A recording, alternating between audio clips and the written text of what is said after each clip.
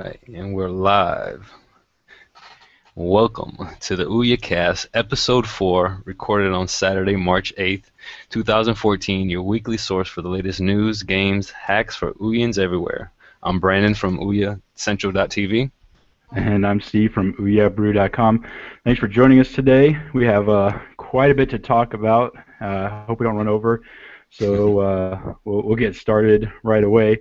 And I'm going to take this opportunity, Brandon, to just apologize because I am not feeling well today. So if I sound nasally and weird, well, that's my normal voice. But, just letting you know. That's why. All right, yeah, that cold's going around. It definitely is. So what's in the news today? What's the big news? Well, we got so much going on in OUYA news right now. It's hard to keep up. I know they got the GDC come in a couple of days, I believe, and then also over there, that's where OUYA is going to be announcing all of the OUYA exclusives that are coming out later this year, and I think we're going to talk about the OUYA Everywhere initiative. Yes, let's talk about that. I read your post on OUYABrew.com, and I saw where you were like, it's mixed feelings. I mean, we're kind of happy and we're kind of sad at the same time. It really is, and we're going to probably talk about this quite a bit because, and this is just my feeling on it, of course. I'm a little concerned because I don't know what all this entails. We're getting bits and pieces and fragments of information, and it's just not really giving us a whole lot to go with, and it's kind of a scary thing because we all started backing the OUYA, which included the hardware, and now we're going into the OUYA. Essentially, is going to be its own store, Right. And with the OUYA store on other devices, there's just so many questions that come with that. Like, when the developer makes a game, who are they going to tailor it towards? Are they going to tailor it towards those of us with, the original, OUYA Tegra 3 processor, or are they going to tailor it towards, the Mojo, Mad Cats? Are they going to, and then once you figure that out, then you start looking into, are you going to start, telling people, well, this game's not available for this system, this game's not available for this system, and so on. Well, yeah, that's the number one thing with Android already, with the fragmentation, where you buy a game on one device, but then it's not compatible on another device, especially like the smartphones and stuff. I mean, you never know, how's that going to work? That's one big question, I guess, is that we all have. And I mean, they say they're going to still make hardware. I mean, and then developers are going to need the hardware. So in order to develop the games for the OUYA. So it's very tricky. It really is, and I'm a little torn between, because I on the one hand I completely understand where they're coming from as a business, right? If you're OUYA, you have to say to yourself, how do I survive the long haul? How do I survive with Amazon coming out with their own Android console? We've got Google coming out with their own Android console. We've got the Mad Catz Mojo. We've got the NVIDIA Shield. And then you got OUYA right smack dab in the middle of this whole thing. And they have to look at a business strategy and say, okay, at some point, either this next generation of Android consoles is going to overtake us, or we're going to have to, find a way to, adapt and go with the flow. So I do get that. If you can't beat them, join them. Yeah. Well, the problem with that, though, is, what they're essentially doing is turning themselves into an app store. And like you mentioned earlier, with the already kind of fragmented gameplay, what they're going to end up doing essentially is becoming a subset of what's already a Google Play Store. So you've got this store that only works on certain devices with certain controllers, and it's I'm not doubting their business strategy. I'm sure that they've thought long and hard about it, and I'm sure that they've decided that this is the best long-term goal for them. But I'm really, without more information about this, it's very tough to understand their vision of what they're trying to do, and if it's going to include no more OUYA hardware on their part being developed, or if you're going to have to go buy another third-party vendor's hardware. It's kind of up in the air, and everybody's just not really sure what to do. All right. Yeah. I mean, it's kind of scary at the same time for us because I mean, you know, it's confusing right now. I guess it's in the beginning stages of everything, but I mean, in a way it's good. I mean, it'll get the OUYA content out there to more people, and that's what it's all about. Again, getting these games into the hands of gamers. I mean, I know you can right now. There's a program where you can run Android apps on your computer. I mean, I played Angry Birds on my laptop through an Android app. I forgot the name of it. I mean, so it's possible, and then even the Amazon App Store. I mean, they made that for like the Kindle Fire, but then they also brought it out to Android in general. And most of the time, all of those Amazon apps that come out that you download them onto your device, most of the time they're compatible. So that's one thing that that they need to look into, is trying to make it compatible across the board. Right, and there is some politics involved with that, because if you look at some of the major consoles, PlayStation, Xbox, what have you, when they move on to their next generation consoles, whenever PlayStation 4 moves or PlayStation 3 is gone, PlayStation 4 comes in, they're basically saying, okay, this is the new console, these are the new games, your old games will work with your old console, and that's become a perfectly acceptable business model, as opposed to what it was early on, when they always tried to make things backwards compatible and then eventually just gave up on that. Right. So it is possible that OUYA can come out and say, hey, look, if you want to play these newer games, you're going to have this newer hardware. My concern about that, of course, is that one of the big selling points of OUYA from the beginning is that it's this incredible machine that can do all this great stuff, and it was $99, and you couldn't beat that. You really couldn't. But when you start, and then we're going to talk a little bit about the Mad Catz Mojo, which was another story that they came out with.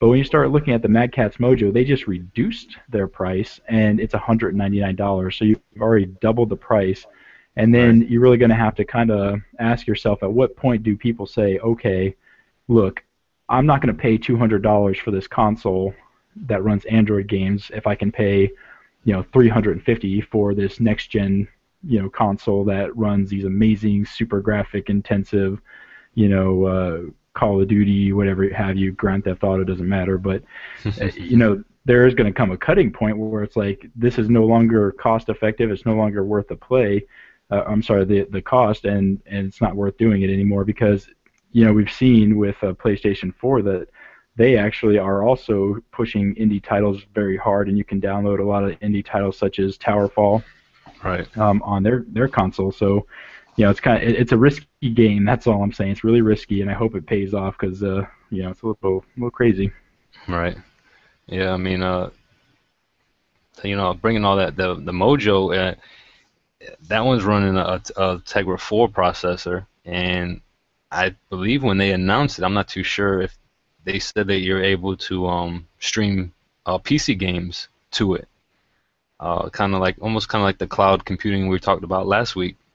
I mean, it's just so much, to think about right now with, how to. I mean, people, we have games, PC games, and then we have Android games, and then we have the console games. Like, we're going to buy them all, or are we do we want one device?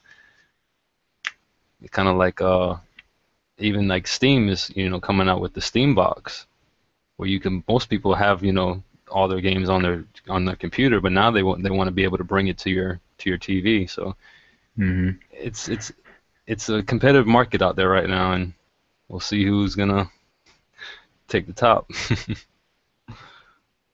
Yeah, and especially like you mentioned with Steambox, I mean, and for all we know, that could be something that OUYA is going to head towards, is getting it on some sort of Linux platform or something like that, so that it's more open source and more available to everybody. I think that a lot of people are just feeling a little bit cheated, because if I recall, I think I think OUYA was like the second or third most successful Kickstarter ever. I think it is to this day even. Yeah, it's like the And second, right behind Pebble, the Pebble Watch. yeah, and I think like the Oculus Rift is really high up there too. But you know, and I think people kind of, you know, we all invested in this idea and this concept and the hardware and the people who run the OUYA, you know, company, the not the console, but the company itself. You know, they're a great bunch of people, and they really try to do a lot of great things. But you know, we're all kind of left with this feeling like, what happened? You know, and now all of a sudden we've gone from this ideal where, you know, it's this revolution, and we're going to start the revolution, and now we're selling this revolution to, you know, all of these different people, and I'm really just not sure what to think of it. I mean, I know that's what it keeps coming back to, and I don't want to sound like a broken record, but that's what it is. I just don't know what to think of it. Yeah, I mean we're happy for them, but then at the same time we're kind of a little iffy about it, the whole situation. But I don't know. I guess only time will tell. Well, you know, and it's like you're OUYACentral.tv. I'm OUYABrew.com. We're not, you know, Steambox and OUYA, you know, Central and Steambox and OUYA Brew, or, you know, whatever the case may be. You know, Bob's generic Android console, you know, whatever. I mean, yeah, but there definitely are pros to it too. And one of them is, like we were just talking about, is that they announced recently that they're going to get on the Mojo, the Mad Catz Mojo, which has far superior specs, and that's really nice. It has a better Bluetooth controller. It's got a better processor. Yeah. You know, so there are upsides to having that, as you can play these games and you can play them a lot smoother and with a lot more, you know, efficiency, and you can develop for, you know, Tegra 4 instead of Tegra 3. But once again, at what cost? So. Right. Yeah, it looks like they're shying away from their, you know, their price point, where they were trying to, you know, a lower price point, which was a, you know, a big selling point, but now things look like it's gonna, you know, change. I don't know. It's just, yeah. I can't even imagine what's the plan, because, you know, when we first started, you know, we thought, you know, OUYA was going to be around for a long time. I mean, even though we knew it was a small niche console, you know, we never thought that this would be, you know, be possible, and now it is. So it's kind of scary for us, but, you know, we're still believing in OUYA, and we're going to continue to bring you OUYA Central news. Yeah, definitely, and it's you know, it is a little scary, and I really hope that they you know, start shedding some more light on it for us, because you know, without the support of their fans and without the support of the people that have gotten this far, you know, it's going to be really tough if they try to make that big of a transition, you know, to continue to have that kind of support. And you know, the fans especially of the OUYA, you know, people all over the internet, I see it time and time again, where they are basically saying, you know, why are you supporting the OUYA? You know, it's horrible, and so on and so forth. But the fans remain, you know, steady and you know, got our eyes on the prize. So, and it does kind of raise questions for the fans too. That, you know, are they doing this for the money? Are they saying, hey, hardware is too much, and we don't want to spend that much on developing? I don't know. I mean, there's so many questions unanswered, and I'm hoping throughout the next couple of months that they're going to elaborate more. Yeah. Yeah. I mean, you know, it's just mixed feelings on both sides. We're for it, and we're kind of against it at the same time.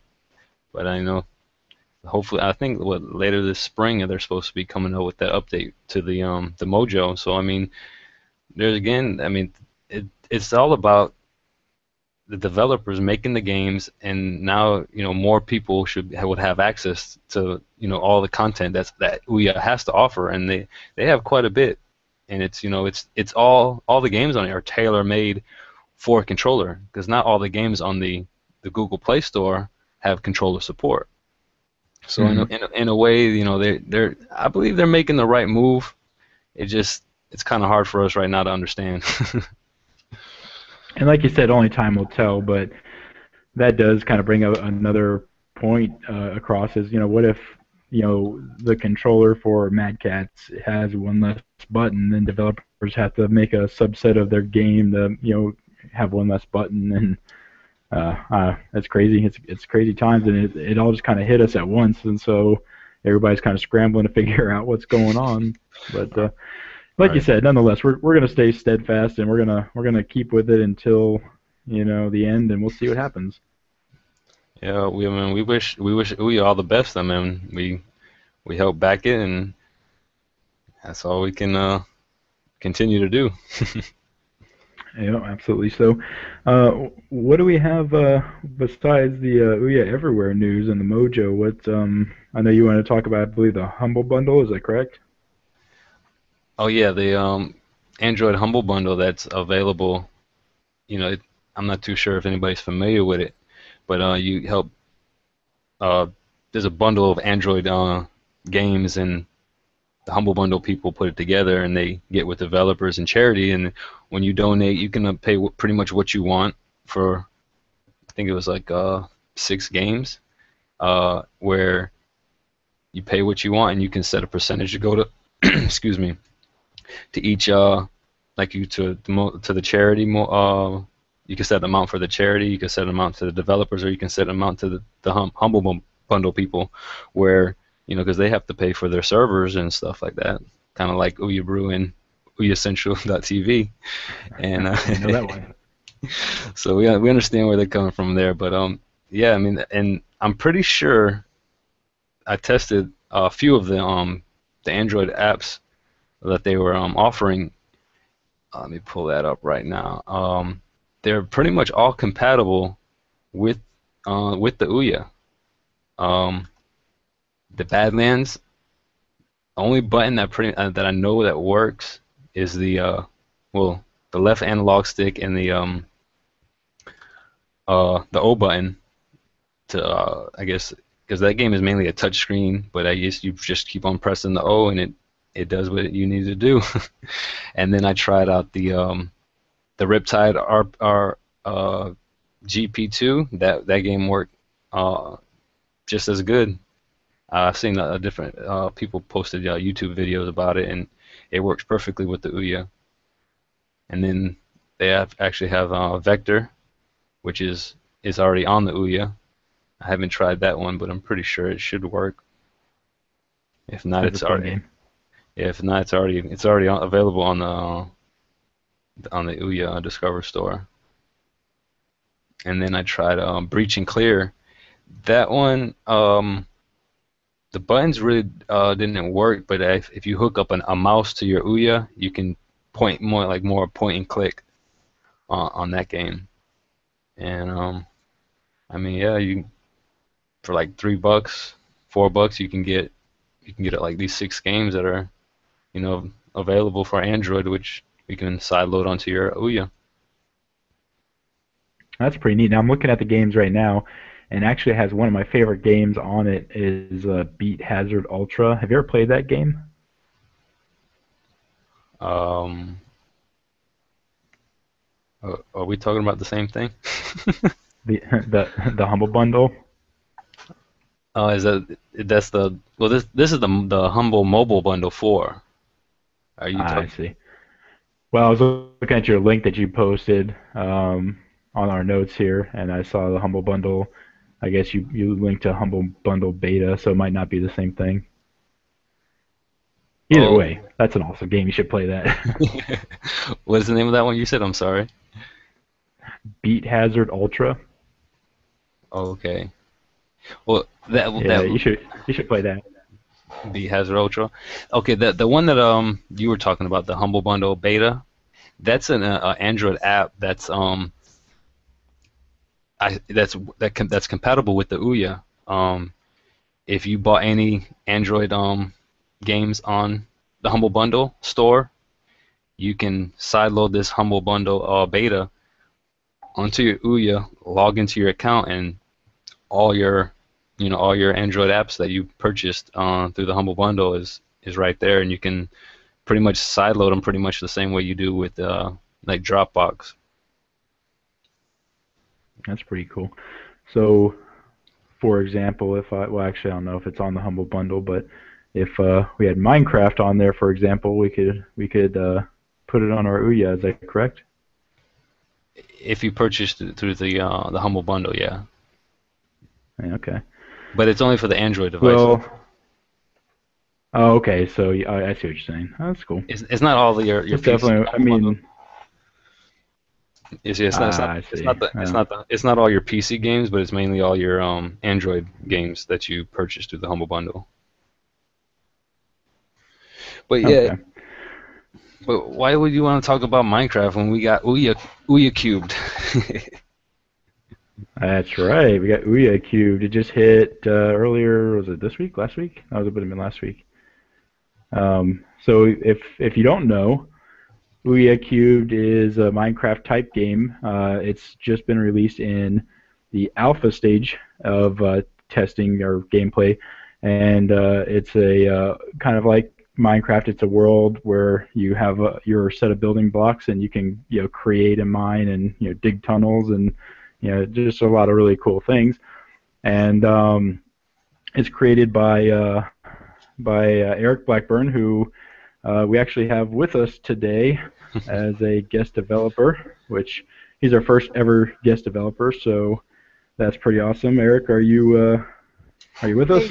Yep. Thanks for joining us.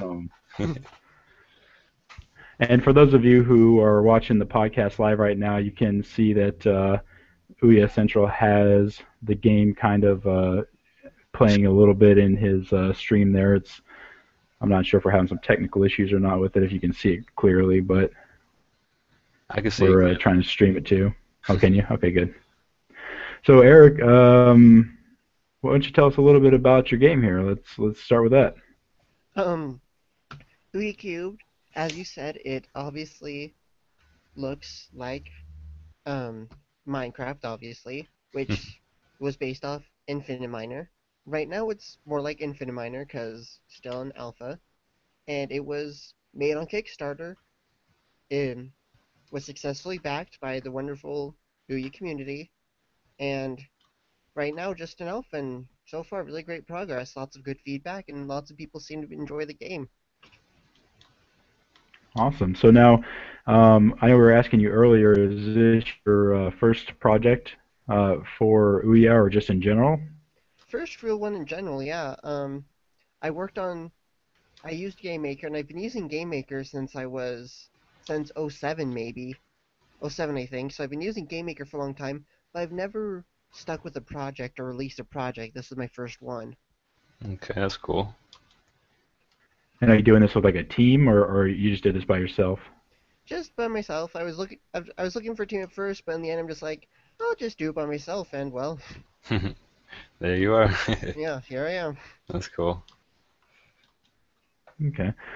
So what about the community? Have they been supportive? Have they been helping you out, like finding resources and things of that nature, or has it pretty much just been a solo flight?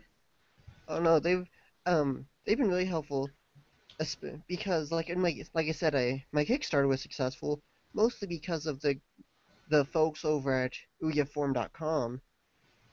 They provided like almost all of the backing for my game, and then it's actually reached rank 49 on the O rank, and I'm just getting all this great feedback. So it seems like people are really being really helpful and playing the game and enjoying it. That's awesome. Yeah, I remember when you. I remember because I of course am also a member of OUYA Forum, because that's where a lot of the people who are fans of OUYA go. And I remember when you started this and you were doing your Kickstarter. I remember tweeting it, and we tweeted it to Play OUYA, who's of course the official OUYA account. And one thing that was really cool is that they retweeted that. So I don't know if that helped out any, but I do know that you came really close to not even making your goal. As a matter of fact, I think you only made it by like $30 or something like that over. Yeah, is that correct? Over 30. Yeah, $6.35. So Wow. $35 to spare. Wow. Okay. Well, so I do understand that you're also going to be planning a release for Monday, an update. Is that correct? Oh yeah, update. Because over the week I've been getting all this great feedback, so I have a couple things planned for Monday for the update, such as there'll be a slight delay on adding and placing blocks, because that was a pretty common problem people were having, was they went to put down one block and all of a sudden 3 would pop up, and that was a little troublesome. I'll also make it so that you can change the render distance. Frames per second was a problem people were having, so now you can increase or decrease the render distance, which, so I'm thinking, so during normal gameplay, if you put it down to about 20 cubes out, there'll be like next to no lag. But then if like you create this giant structure or you're lost or something, you can pop out to 75, look around, and then drop it back down. Okay. Wow, that's pretty neat. And so you can just put it on whichever one you like playing with. If you don't mind a little bit of lag in exchange for being able to see farther, you can play that way. If you absolutely despise lag, you can drop it down to less cubes that you can see, and there'll be like next to no lag. So that's a pretty cool one. And then also, trying to think, also just made it so you don't. Also, I worked on collision, so collision's a bit better. Okay. And yeah, some people didn't appreciate the fact that all the wells were incredibly bouncy-like. I see. So I also understand that for those people who are listening to the podcast live right now, you can actually give them a link or somewhere to go to download an APK file to sideload if they want to get the update prior to Monday's official release on the OUYA Play Store. Is that correct? Yeah. If you go to my website, ironshellgames.webs.com, the blog, there's a link to a Dropbox file where the fix that's coming on Monday is available for download right now. That's cool, so you could test them out before the official release on the OUYA Play Store, on the OUYA Discover Store. Yeah. That's cool. So now, why did you decide to do the OUYA Cubed game and not necessarily like another genre, like a shooter or racing game or something like that? I've always been a huge fan of sandbox games. Like before they were really a thing when I was little, I'm like, a sandbox game would be awesome. And then when I heard about the OUYA and I decided I wanted to develop for it, I'm like, okay, I want to make a sandbox. And I wasn't sure what I wanted to do at first. I looked around and then I saw people were kind of bummed that there was no game like Minecraft. I'm like, I can do that, I think. Maybe. Okay, that's kind of cool. I mean, you're more than halfway there. I mean, you just got the base there. Yep. So you started somewhere. At least you took the opportunity to start somewhere.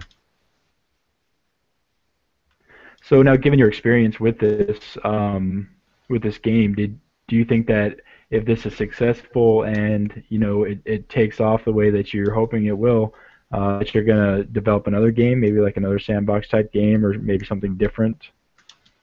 Oh yeah, I definitely have plans for other games I want to make, and I definitely will put them to the OUYA. So yeah, most definitely. Did we lose? You wanna give us a? Oh wait, did he mute out there? Oh, there he is. Sorry, I thought we lost you for a second. No, it's all good. Do you have any idea what your next game might be for all the listeners? They get a sneak preview. One I've been thinking of would be a multiplayer party game where it's 1v3. So I'm thinking like 1v3 top down is what I'm thinking of. I've kind of been looking into how to make that, and I think that would be a fun project to do, where like one player is something like a minotaur fighting 3 guards attempting to kill it, and they have to work together to kill the minotaur. That's one I've been thinking about, because I always thought it'd be so fun if one of the players could be the boss. That's cool. Awesome. Yeah, that does sound pretty cool. That's one of the great things about developing for the OUYA. I know we've talked about several times in the past is, there really is no limit here as to what you can come up with, and it's really neat to see these ideas just turning into reality. uh, and it does take quite a lot to do. I understand, but it's good to see that you're making these games for the people out there, and that everybody seems to be responding really well. Let me ask you this: as far as Game Maker goes, is there any? I know you said that you've worked with it before. Did you decide that you were going to use Game Maker for this game right away, or were you kind of bouncing back and forth between something like Unity, for example? Um, uh, Trying to think. Well, at first I was gonna work with the team, and we were gonna use something else, but that wasn't working out right at all. So, and then when I decided I'd just make it by myself, the first thing that popped in my mind was Game Maker, because I've been using it for so long. So I'm just like, Game Maker it is. I know it can do it. I know how to do it. Okay. And when you were making OUYA Cubed, what were some of the biggest challenges that you've run across? Because I know you were having a bit of an issue, if I recall, because I've been really keeping tabs on your progress. As a matter of fact, if you go back and listen to our second, I think it was our second podcast, I even gave you a shout out in there because I knew you were working on this game, and I've been really paying close attention. What are some challenges that you faced while you've been working on this? Was like rendering an issue, or porting it to the OUYA an issue, or anything like that? Couple issues. The first one was when I started this project, I had never made or attempted a 3D game before. So I just kind of blitzed it. I'm like, you know what? I want to make this game. I'll figure it out as I go. So, so I'm a lot better at programming 3D because of it. So there's that. And then my next problem was I made it in the PC version. Then when I went to port to OUYA, just a, half a dozen things broke. The physics suddenly refused to work. Frames per second was terrible. The OUYA couldn't load worlds any bigger than 32 cubes by 32 cubes. So just like all this stuff hit at once. Wow. Yeah, that's right now. Right now you can load worlds that are like 126 by 126, I think, and you can actually load up to 252 by 252. I just haven't, but I just haven't put that as an option yet. So Trying to just take it easy first, right? Yeah, right off the bat, there's just all these issues because the Tegra 3 handles. Well, the thing is, when I first started researching for a project, everyone told me don't try and make a 3D game for the OUYA with Game Maker because apparently the Tegra 3 and Game Maker don't get along very well when it comes to 3D. So it took a lot of optimizing, but now, because like when I first tested out, I got like 3 frames per second. Right now they're still not great, but on the minimalist settings, you can get the amount you'd expect from a game. So there was a lot of problems, but Okay. So going into the future, are you thinking that you'll be able to expand on like the openness of the world? Because I know, through no fault of yours by any means, but I know people are always going to try to compare this game to like Minecraft or something similar. oh yeah. And you know how large and massive Minecraft is, but that's a PC game, and obviously PCs have much more resources available to them. So the big question is, do you think that in the future you'll be able to figure out a way to solve rendering issues to where you can make the world large, maybe like stage loading or something like that? Or right now, like you said, we're just trying to keep it simple and get the basics out there first, and then see if that's a possibility later on down the road. Well, the way Minecraft handles it is why it can. It's not even a resource issue; it's how it's handled. Um, because in my game right now, you can jump to other worlds, other chunks, you can call it. Okay. Yeah, that was about the teleporter, right? Yeah, the teleporter cubes. You can teleport to the worlds. Basically, in Minecraft, what they do is when you get to a certain point, they just stick that world next to the world you're on. So you walk from world to world, and basically, so they just load up chunks at a time. Okay. I haven't, I want to go slightly different, so I'm actually gonna keep the world teleporting system, I think, but see if I can increase each world slightly larger. since I'm while I'm working on a creative side, a long-term plan is to make it so that there's a quest you can go on in this randomly generated world. Right.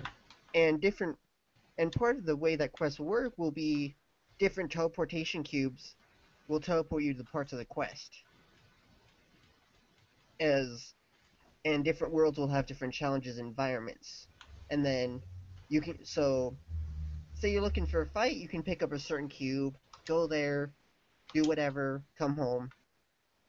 And yeah, that's kind of the goal.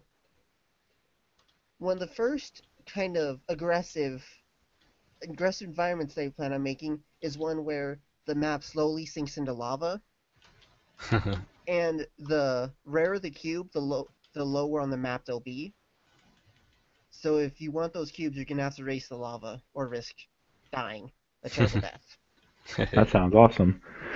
So I got to ask, and that's kind of a behind the curtain question where we'd only know from the developer. Is there actually a model to the person that you're looking through the eyes of, or is it just a camera? And if it's a model, is there any possible way to see the person that you're playing? Right now it's an invisible camera. Right now, it's an invisible camera. And I was thinking, that would be a really cool feature. Just somewhere on the level height of mirror. That's all you got to do. First person to see what it looks like. Well, that actually would be pretty fun to do, and wouldn't be too hard even without a model, because now my brain's going into programming mojo. Thanks for that. Oh, I got a million of them. Oh, he wants it in the next update.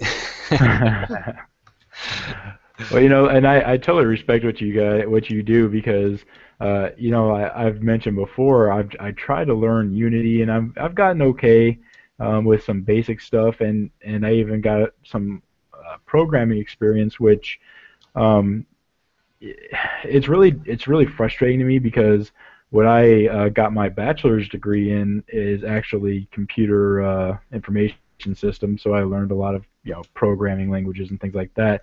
But when you apply programming languages to 3D graphics and things like that, there's a lot of different variables that you're not used to seeing, and it's a lot of weird ways to make things happen, and it gets frustrating because it's almost like what's supposed to happen and the logic behind it, but sometimes it just doesn't work out the way it should, and it gets a little trying. So I definitely give you kudos on that. And trying to add features especially, I'm sure, is frustrating. So yeah, I'll tell you a secret.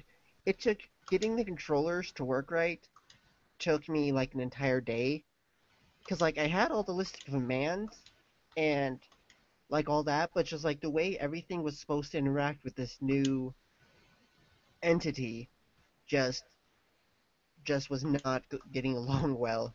So it took the better part of a day to get the controllers working. But now I could do now it would take me like 5 minutes, but just when I was first learning, it's like it makes sense if it works this way, but because there's so many things going on, it's not going to work that way at all.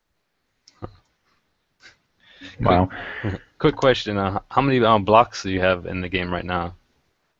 Different textures? Yeah. I'm trying to think. Well, let me just load up my little texture sheet. Have my game open. Never close it anymore.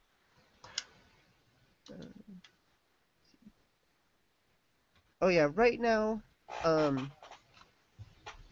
the 32. Okay.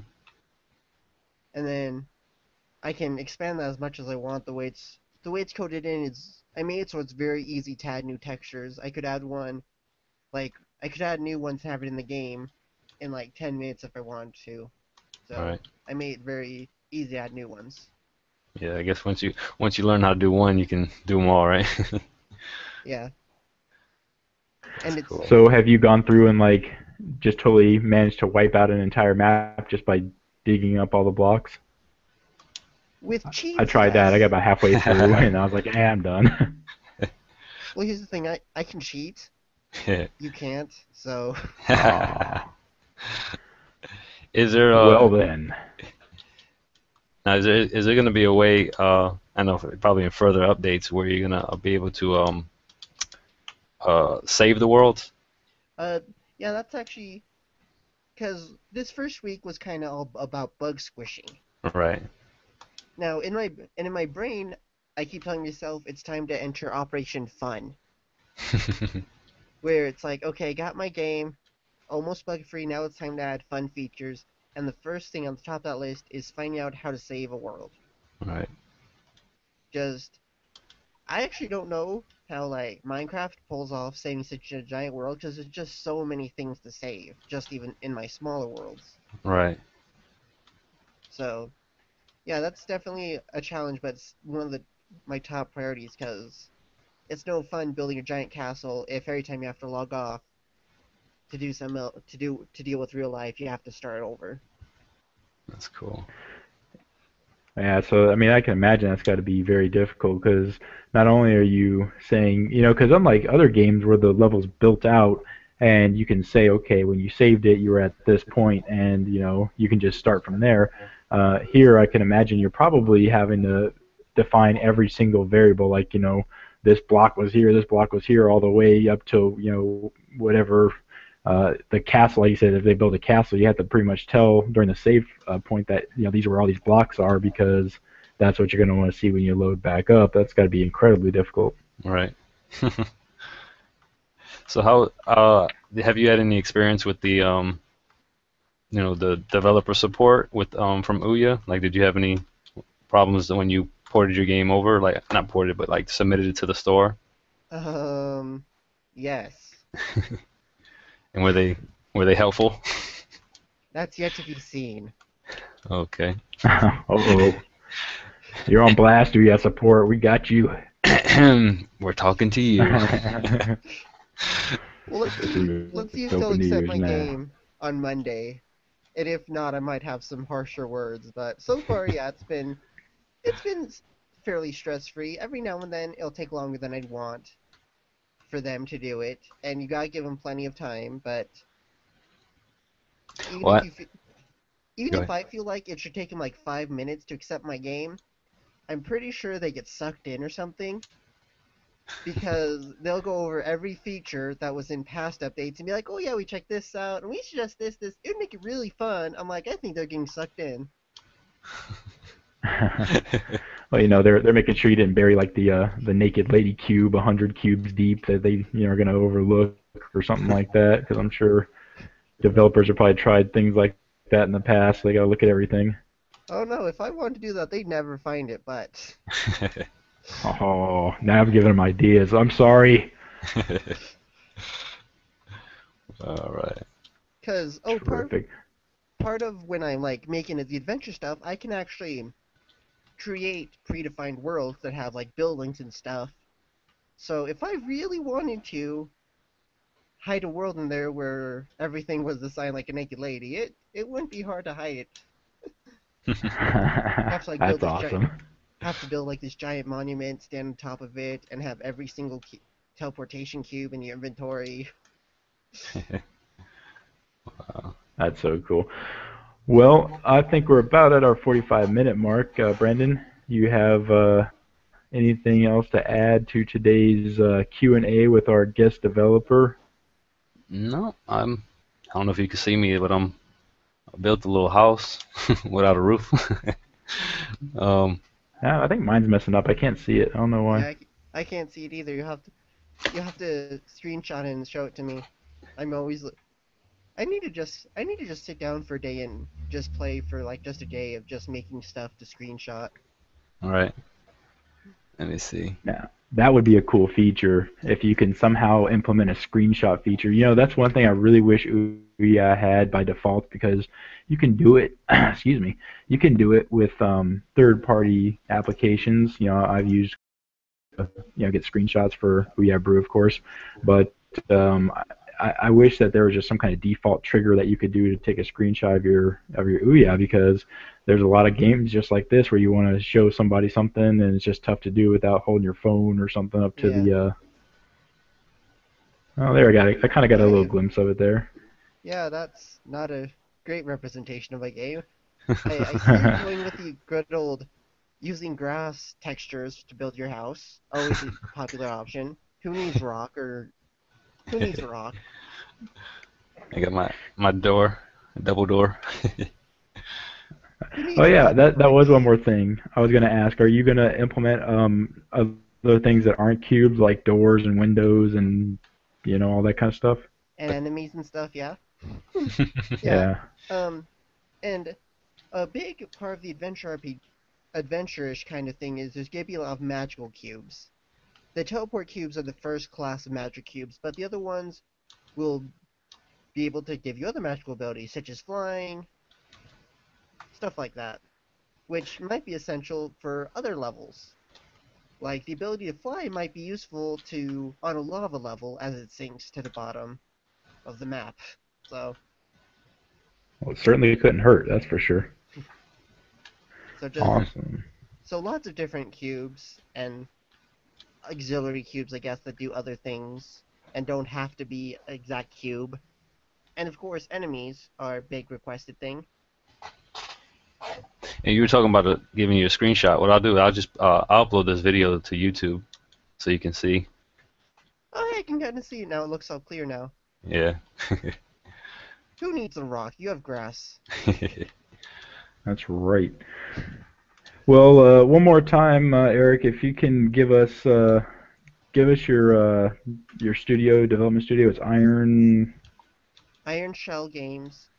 Iron Shell Games. Webs.com. ironshellgames.webs.com. And once again, if you're listening to this podcast anytime before Monday morning, which would be, let me just click around here, the 10th.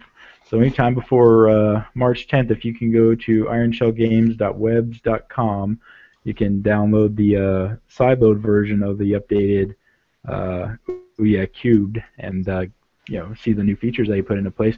Eric, we thank you so much for not only joining us, but for being our very first guest developer. I think it's incredibly amazing, and OUYA would not be. Oh yeah, I mean we just wouldn't be the same without people like you. It's an incredible job that you're doing. Thank you. I'm glad to be here. It's fun talking about it. All right. Thank you for joining us, and you can catch us every week, guys, if you're listening to our voice. That's right. Every week, you got us at OUYACentral.tv and OUYABrew.com. Find us on Twitter, OUYACentral.tv, or I'm sorry, OUYACentral.tv and OUYABrew.com. Send us a message or whatever you want to do. Yeah, we carrier pigeon, Morse code. That's what we said last. That's what I said last week. Carrier pigeon, Morse code, smoke signal, whatever you got. Yeah, but seriously, you guys, thanks so much for tuning in. I know we're starting out slow here, but we are really trying to gain some momentum, and we appreciate you guys listening to us. Again, we appreciate Eric for joining us today for our podcast, and we will hopefully be able to do many more of these podcasts for you guys. So I do appreciate it. All right, thank you, Eric. Thank you, Steve. And that's it. Have a good one. Thank you, guys.